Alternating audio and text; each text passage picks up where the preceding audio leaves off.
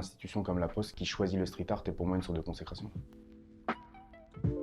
Bonjour, je m'appelle Alexandro Parmontero et j'ai été choisi pour réaliser le bloc philatélique de la Fête du Temple 2026. J'ai voulu réaliser moi une femme, en particulier une femme avec beaucoup d'éléments des années 30, des éléments géométriques, les fleurs, les étoiles. C'est en gros ce que je travaille actuellement depuis on va dire une bonne année, c'est le thème que j'ai choisi aussi et c'est celui que je voulais absolument voir sur un timbre. Et pour moi, c'est ce qui pourrait en découdre par la suite d'une Marianne. Les éléments présents sur ce bloc philatélique, en premier plan, on a une femme qui porte une étole, qui est justement une sorte de clin d'œil aux années 30. Autour de cette femme, il y a des éléments aussi art déco, avec des éléments géométriques, des sortes de mosaïques. Autour d'elle, il y a des pivoines blanches, c'est des fleurs que j'affectionne particulièrement et que je mets très souvent dans mon travail, surtout dans mon travail de croquis et mon travail de collage en rue, et pour toutes les significations qu'il peut y avoir autour de ces fleurs. Ce qui m'inspire au quotidien, c'est les gens que je rencontre. Je voyage énormément et du coup, c'est toutes les rencontres que je vais faire à travers le monde, les expériences, les anecdotes, les histoires des gens. C'est souvent des histoires extraordinaires de personnes plus qu'ordinaires même. Moi, il y a une phrase qui me suit depuis que je suis gamin. En fait, les premiers articles de presse qu'il y a eu, c'était